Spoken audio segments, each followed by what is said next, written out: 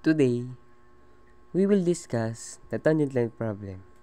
We have the formula of limit of f of x plus delta x minus f of x divided by delta x as delta x is approaches to 0.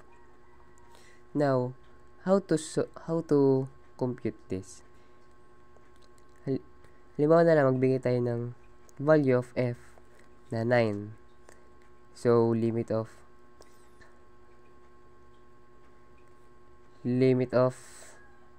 lahat, papalitan natin ng 9 ang f. Limit of 9 times x plus delta x minus 9x. Substitute lang ng 9 yung lahat ng f over delta x.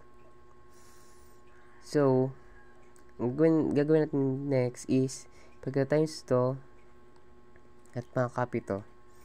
Limit of 9x plus 9 delta x minus 9x over delta x as delta x is approaches to 0. Next, pag kuminus natin ng 9x sa minus s kasi sila yung mga light terms. Limit of cancel itong dalawa. 9 delta x divided by delta x is over 9. Maka-cancel din to. Matitira na lang is 9. So, the limit of 9 as x delta x is approaches to 0.